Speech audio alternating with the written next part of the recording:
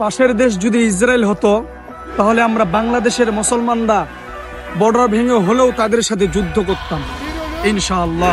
বন্ধুরা, একটি TikTok video দিয়েও কিন্তু মানুষকে সাহায্য করা যায়। বেশ কিছু টিকটকার রয়েছে যারা ফিলিস্তিন সম্পর্কে ভিডিও বানিয়েছে। আসুন আমরা দেখে আসি এই সকল বিখ্যাত টিকটকার ফিলিস্তিন সম্পর্কে কি বলেছে। প্রথমে দেখুন, এই লোকটি বলছে তাকে এবং তার ছেলেকে যেন ফিলিস্তিনে পাঠানো হয়।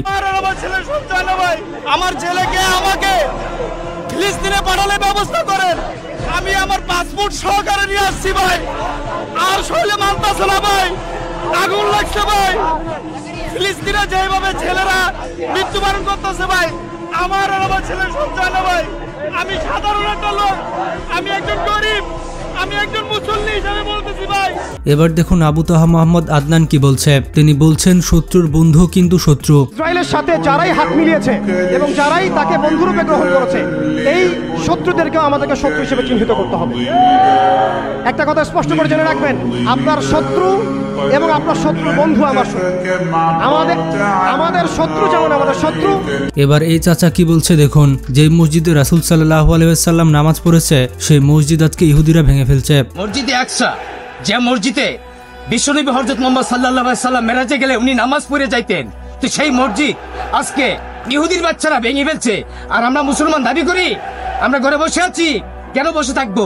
কিন্তু আমাদের ঘরে বসে থাকার সময় নাই, কারণ আমাদের দিনকে যদি সফলতা করতে চাই, মুসলমান যদি দাবি করতে চাই, তাহলে আমাদের কি করতে হবে?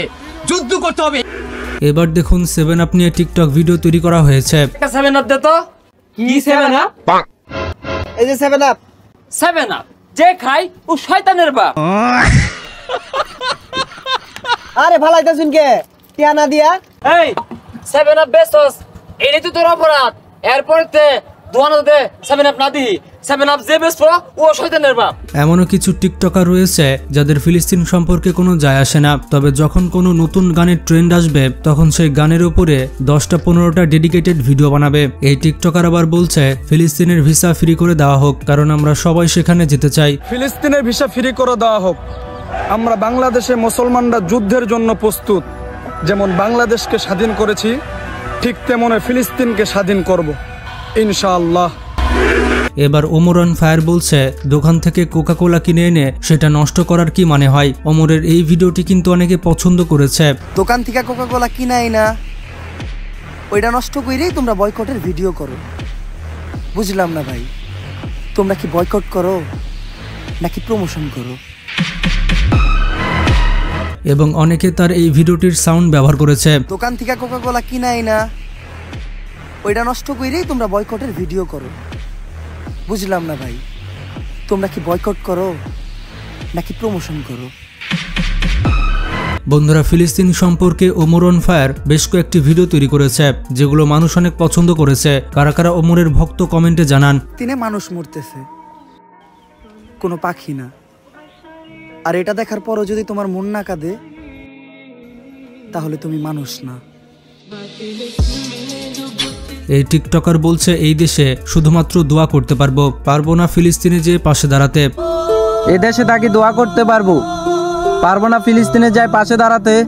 হে আল্লাহ, জানি না আমাকে ক্ষমা করবানি। এ ফিলিস্তিনের খারাপ সময় চোখের জল ছাড়া আর কিছুই দিতে পারলাম না আমি। বন্ধুরা, ওমর কিন্তু গিয়েছিল মাঠে আন্দোলন করতে। এটা হচ্ছে সেই ভিডিও। জামশেদ মজুমদার হুজুর একটা কথা কইছিল, মসজিদ পর্যন্ত দিতে পারে না, ওই ইমান আমাদের কিভাবে জিহাদের ময়দান পর্যন্ত নেবে? আজকে এই জায়গার প্রমাণ হলো, এই জায়গার মানুষ বারবার ছবি তুলো না, তোমরা ভিডিও করো না। এখানে এই চাচাও বলছে আমরা ফিলিস্তিনিদের জন্য দোয়া ছাড়া কিছু করতে পারবো না, তাই সবাই মিলে একযোগ হয়ে আমরা তাদের জন্য দোয়া করি। থাকতেও আমরা বসে আছি যেন আমরা অন্ধ, দোয়া ছাড়া কিছুই করতে পারতেছি না ফিলিস্তিনি ভাই বোনদের জন্য। সবাই আমরা মিলেমিশে সারা বাংলাদেশ এমনকি সারা বিশ্বে আমরা মনোযোগ দিয়ে আল্লাহ পাক রাব্বুল আলামিনের কাছে আমরা দোয়া প্রার্থনা করব, তারা একটু মুসিবত থেকে তারা আল্লাহ যেন রক্ষা করুন। এই ব্যক্তি আবার টয়লেটে গিয়ে কি করছে দেখুন। গাইস দেখেন আমার জামাই কি করতেছে। তুমি এগুলো কি করতেছো? হ্যাঁ এই তুমি এগুলো কি করতেছো? ও সকালে এই কাজ করতেছো আইসা? অনেকে কিন্তু এভাবে প্রতিবাদ করেছে, তাদের দোকানের সামনে এবং বিভিন্ন জায়গায় ইসরায়েলকে এভাবে অপমান করেছে। এবার দেখুন রাত 11টার সময় কিশোরগঞ্জ শহরে